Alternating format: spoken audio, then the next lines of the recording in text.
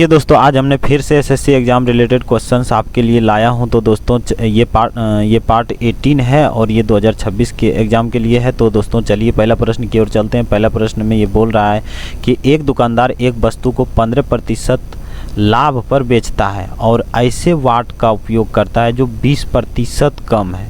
ठीक है, 20% कम है तो उसका वास्तविक प्रतिशत लाभ निकालें।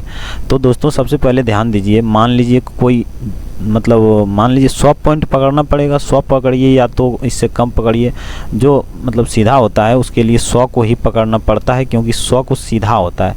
100 में से जो है पहली बात तो ये 15% प्रॉफिट कर रहा है। ठीक है, 15% प्रॉफिट करने के बाद 115 होता है, लेकिन उससे पहले ही उसने 20% का जो है वाट कम यूज करता है। मतलब जो वाट उसने यूज कर रहा है वो 20% कम है। ठीक है, तो 20% कम करने के लिए इधर हम 20 घटाने के बाद 80 होगा। 20% कम हुआ है दोस्तों।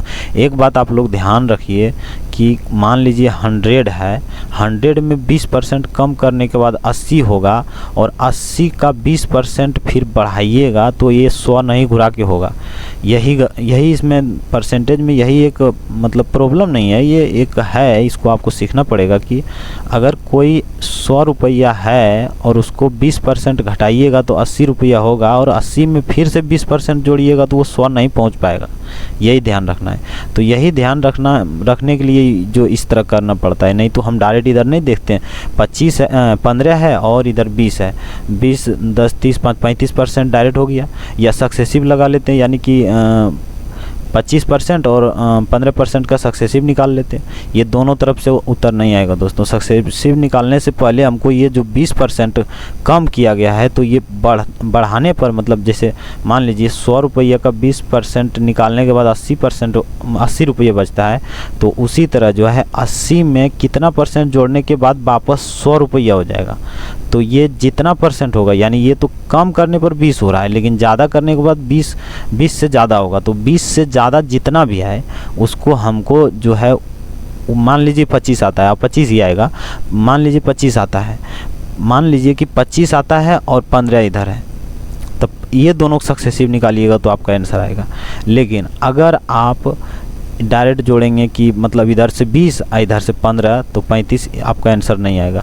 तो यही ध्यान देना है कि ये जो है ना मेन पॉइंट, यहाँ वाट कम है 100, इधर से 100 ये जो है 20% कम है, तो कम करने के लिए हमेशा मेन पॉइंट 100 होगा। लेकिन अगर प्रॉफिट निकालिएगा तो स्टार्टिंग पॉइंट में हमारा 80 आता है ना, क्योंकि 100 पकड़िएगा तो फिर गड़बड़ हो जाएगा।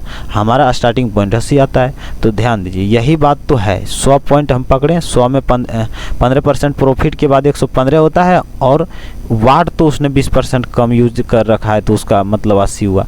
तो हमारे ये हुआ कि 80 पर उसने 80 रुपया का चीज़ जो है 115 में बेचा है। मान लीजिए कि ये 35 यूनिट 80 पर फ़ायदा किया है। तो इसको परसेंटेज में बदलने के लिए हम 0 0 काटेंगे, इसका आधा 4, इसका आधा 5, कितना हो गया 5 25 के 5 बाकी 2, 5 15 2 17। ठीक है, 174 में 4 से भागा देना है, 175 में 4 से भागा देना है। कितना हो गया 4 चौक 16, कट गया 6 से 7 में 6 गया तो बचा है 1, 7 में 6 गया तो बचा है 1 और 5, कितना 4 तिया 12, बच गया 3।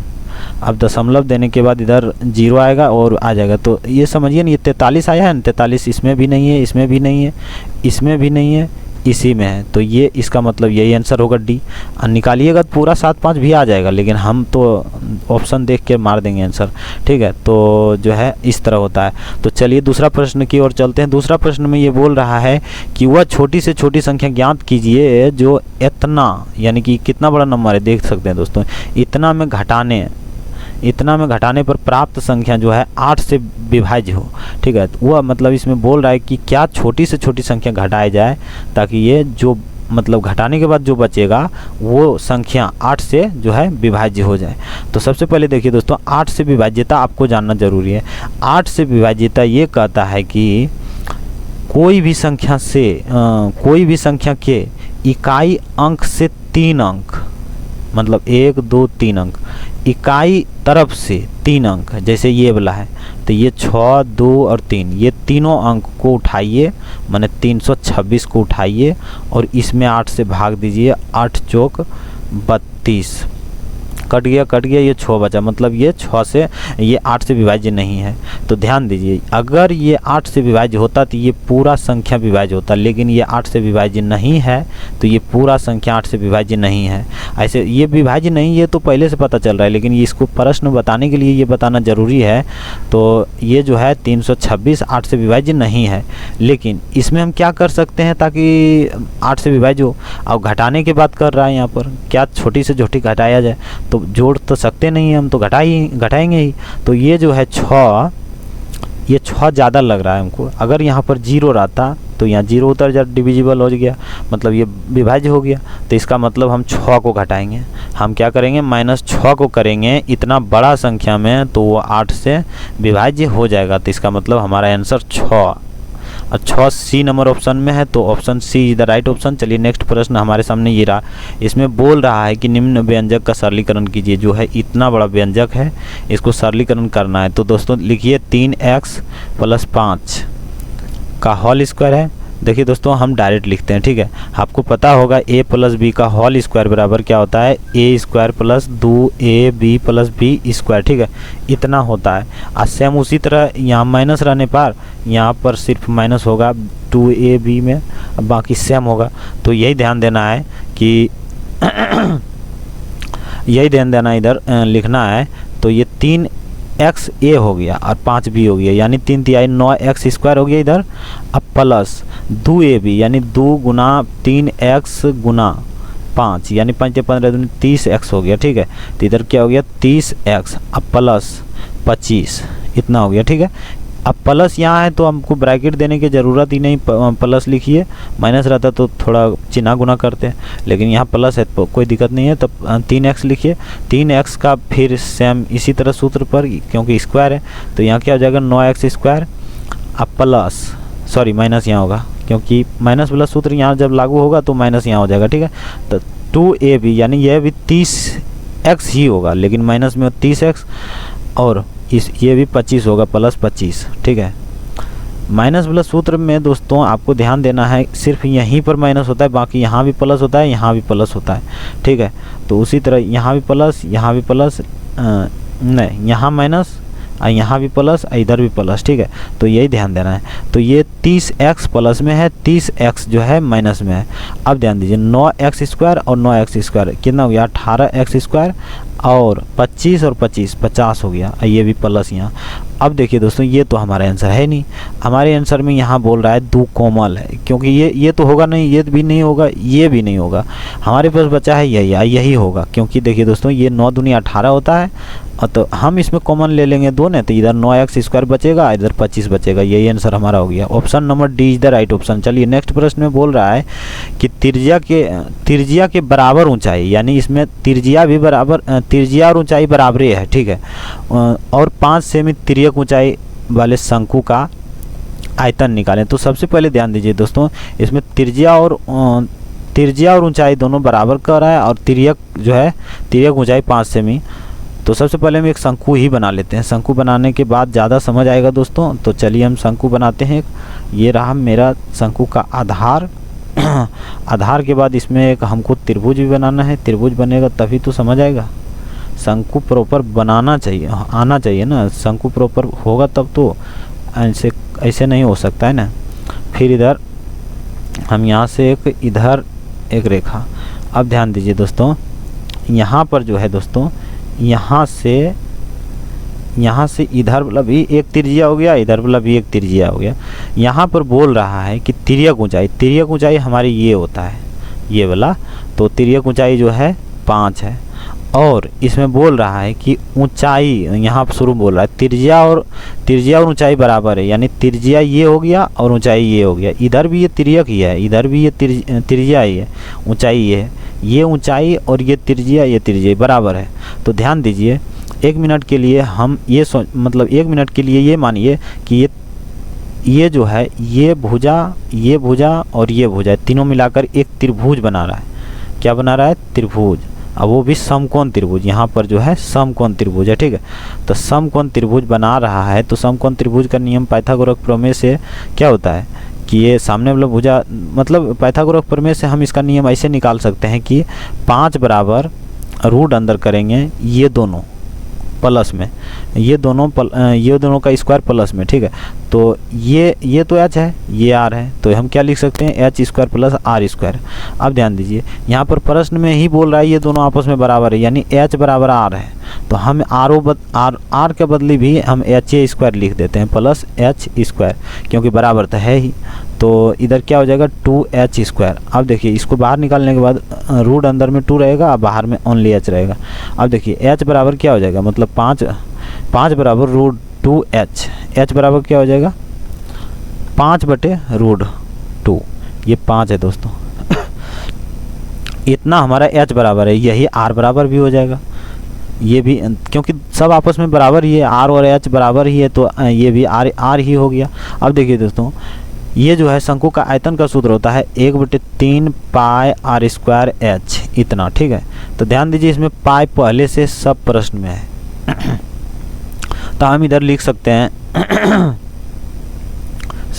हम इधर लिख सकते हैं 1/3 पाई गुना आर स्क्वायर, यानी आर का मान भी यही है और एच का मान भी यही है। तो हम क्या लिख सकते हैं 5² का होल स्क्वायर और गुना एच का मान 5/√2।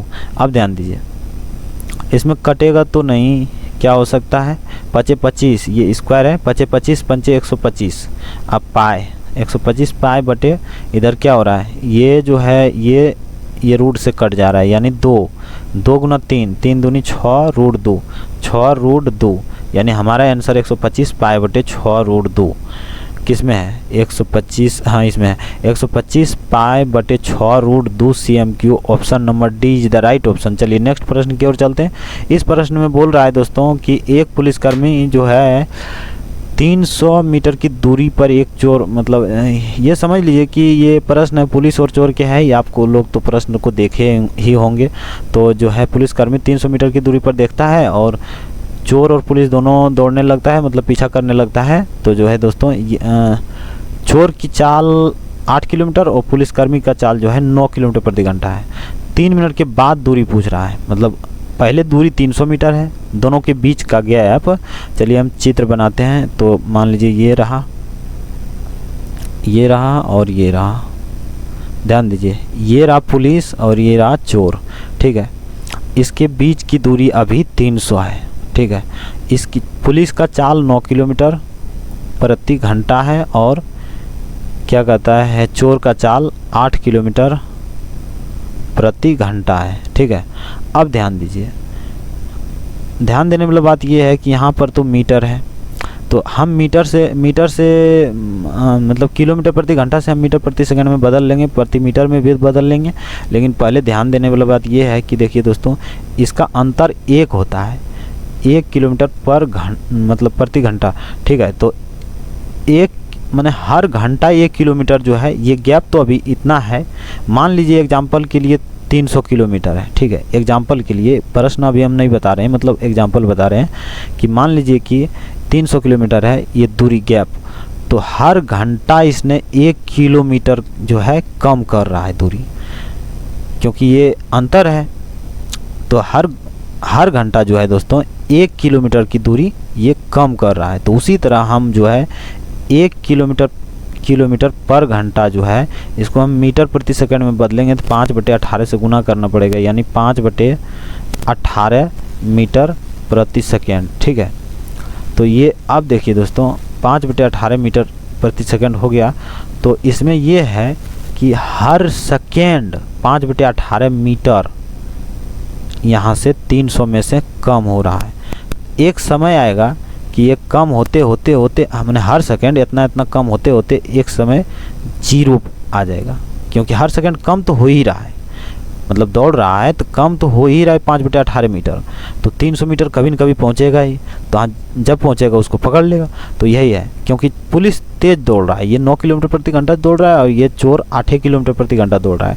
तो ध्यान दीजिए ये जो है 5/18 मीटर प्रति सेकेंड, ये क्या है इतना मीटर पर सेकेंड दौड़ रहा है। प्रश्न में अब ये पूछ रहा है कि 3 मिनट के बाद, 3 मिनट में हमारे 180 सेकेंड होता है, ठीक है। 3 मिनट के बाद उसके बीच की दूरी कितनी रहेगी, तो 3 मिनट में दूरी कितना तय, मतलब कितना दूर कम कर चुका रहेगा उसको पहले निकालते हैं। तो गुना हम कितना करेंगे, 180, यानी 18 दहें 180, 10 पचे 50, यानी 50 मीटर जो है ये दूरी कम कर चुका रहेगा 3 मिनट में, ठीक है। 3 मिनट में ये जो है 180 सेकंड में जो है 50 मीटर की दूरी कम कर चुका रहेगा। तो हमारे पास 300 मीटर है, यानी कि 300 मीटर में से 50 मीटर घटा दिया जाए तो बचेगा 250 मीटर, और 250 मीटर हमारे ऑप्शन नंबर बी में है। तो चलिए option number B is the right option. तो चलिए दोस्तों आज तक के लिए इतना ही। दोस्तों आगे भी इसी तरह का वीडियो आने वाला है, आप लोग ज़रूर देखें। तो दोस्तों चलिए आज तक के लिए इतना ही, तब तक के लिए जय हिंद।